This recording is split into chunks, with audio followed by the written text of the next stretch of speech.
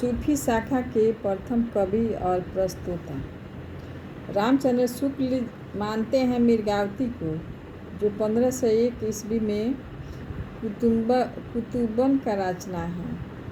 राम कुमार वर्मा मानते हैं चंदायन को 1379 ईस्वी में मुल्ला दाऊद की रचना है। हजारी प्रसाद द्विवेदी सत्यवती कथा को मानते हैं, जो 1501 ईस्वी में ईश्वर दास द्वारा रचना की गई है। गणपति चंद्र गुप्त हंसावली को मानते हैं, जो 1370 ईस्वी में असाइत द्वारा की गई रचना है। असाइत के द्वारा की गई रचना है। पौराणिक कथानकों में सर्वाधिक प्रिय नल दमयंती का आख्यान रहा है, जिस पर 6 काव्य उपलब्ध होते हैं। हंसावली का रचना स्रोत विक्रम बैताल कथा है। इसमें पाटड़ की राजकुमारी हंसावली की कहानी है। राम कुमार वर्मा ने संधि काल के अंतर्गत मुल्ला दाऊद को रखा है। चंदायन पूर्वी भारत में प्रचलित लोरिक, उसकी पत्नी मैना व विवाहिता प्रेमिका चंदा की प्रेम कथा पर आधारित है। लोरिक के नाम पर डॉक्टर माता प्रसाद गुप्त ने चंदायन को लोर कहा या लोर कथा कहा है। इसे लोरकायन भी कहा जाता है। चंदायन की भाषा परिष्कृत अवधि है। इसमें चंदा को अलौकिक सत्ता का प्रतीक माना गया है। दामोदर कवि ने अपनी रचना लखम सेन पद्मावत कथा को वीर कथा कहा है। सत्यवती कथा के कवि ईश्वर दास सगुणोपासक भक्त थे, इसलिए सूफी मत के अंतर्गत पूर्वी रूप से न आ सकने के कारण शुक्ल जी ने उन्हें भक्ति काल को किसी शाखा में नहीं रखा। प्रेमावती प्रेमाख्यान रंजन द्वारा लिखी गई है।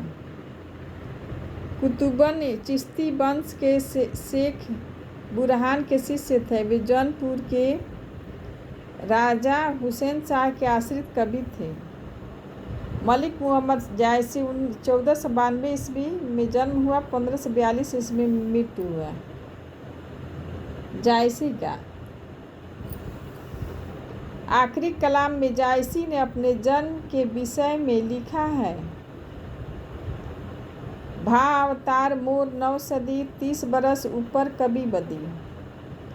जायसी सूफी फकीर शेख मोहाउद्दीन के शिष्य थे। जायस में रहते थे। शुक्ल ने पद्मावत के पूर्वार्ध को कल्पित एवं उत्तरार्ध को ऐतिहासिक माना है। शुक्ल के अनुसार कबीर ने केवल भिन्न प्रतीत होती हुई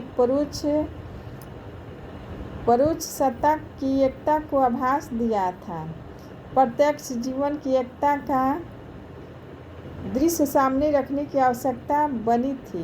यह जायसी द्वारा पूरी हुई।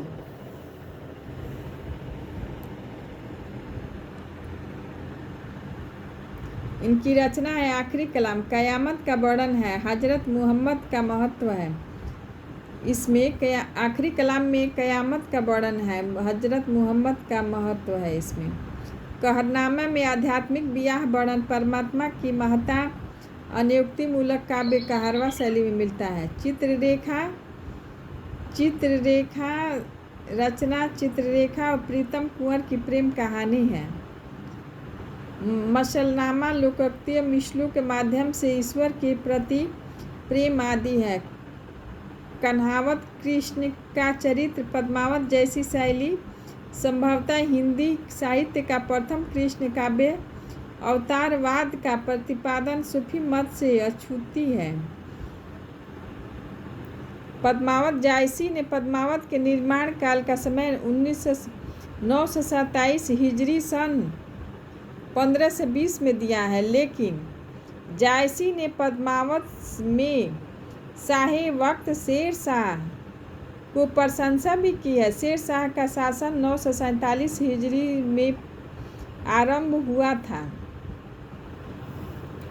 शुक्ल जी ने लिखा है, इस दशा में यही संभव जान पड़ता है कि कवि ने कुछ थोड़े से पद तो 1520 में ही बनाए थे, पर ग्रंथ को 1920 वर्ष पीछे शेरशाह के समय पूरा किया। शुक्ल जी ने लिखा है, इस दशा में यही संभव जान पड़ता है कि कवि ने कुछ थोड़े से पद 1520 ईस्वी में बनाए थे और 19 या 20 वर्ष पीछे शेरशाह के समय में पूरा किया था। अतः पद्मावत का सही समय 1540 ईस्वी है और 947 हिजरी मानना ही तर्क संगत लगता है। सन 1540 ईस्वी को ही डॉक्टर नगेंद्र द्वारा संपादित इतिहास और बच्चन सिंह के इतिहास ग्रंथ में सही माना गया है। यहाँ तक कि बच्चन सिंह ने सन 927 आहा को नकल की गलती मानते हुए सन 947 आहा को सही माना है। कवि ने पद्मावत के निर्माण काल के विषय में लिखा है, सन 927 आहा कथा आराम बैन कवि कहा। इसी अवधि का प्रथम महाकाव्य माना जाता है। इसमें 57 खंड है। उत्प्रेक्षा अलंकार की प्रधानता है। ग्रंथ आरंभ में शाही वक्त शेरशाह की प्रशंसा है।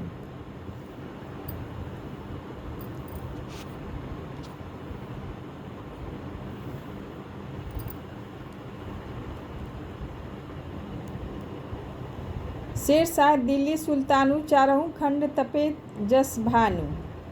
पद्मावत ग्रंथ आरंभ में शाही वक्त शेरशाह की प्रशंसा है। शेरशाह दिल्ली सुल्तानु चारहु खंड तपे जस भानु।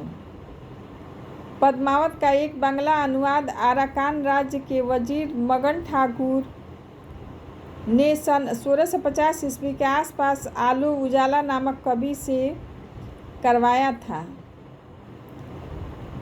आराकान राज्य के वजीर मगन ठाकुर ने सन 1650 ईस्वी के आसपास आलू उजाला नामक कवि से करवाया था।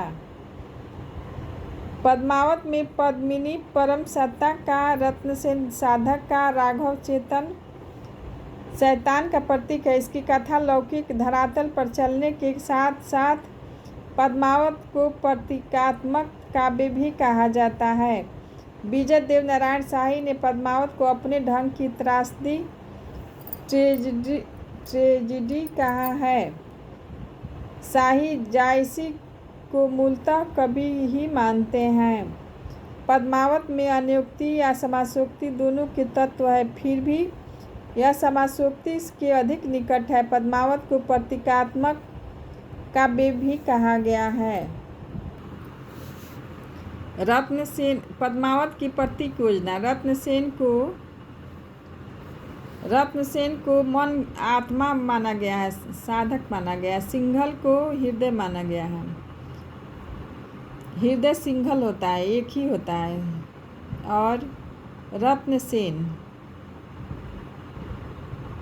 कोई रत्न होता है तो उसको मन में आत्मा में लोग छिपा के रखते हैं, और हृदय तो एक होता है, सिंघल होता है।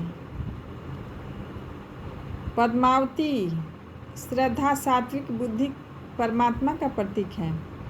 सुआ हीरामन तोता गुरु का प्रतीक है। नागमती दुनिया धंधा सांसारिक बुद्धि का प्रतीक है। राघव चेतन शैतान का प्रतीक है। अलाउद्दीन माया का प्रतीक है। पद्मावत का पहला भाग काल्पनिक तथा दूसरा भाग इतिहास कल्पना का मिश्रण है। पद्मावत को प्रकाश में लाने का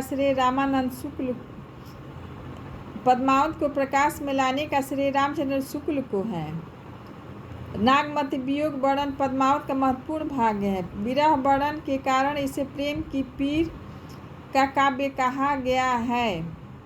पद्मावत की भाषा ठेठ अवधी या लिपि फारसी है। शुक्ल जी पद्मावत अखरावट आखिरी कलाम को ही जायसी की रचना मानते हैं। शुक्ल जी द्वारा संपादित मलिक मोहम्मद जायसी ग्रंथावली में यह तीनों रचनाएं भी संकलित हैं। आखिरी कलाम सन 1528 हिजरी 936 बाबर के समय लिखी गई थी। इसमें बाबर की प्रशंसा है। पद्मावत में वर्णित प्रतीकात्मक शब्द हृदय ही सिंघल द्वीप के लिए प्रयुक्त है।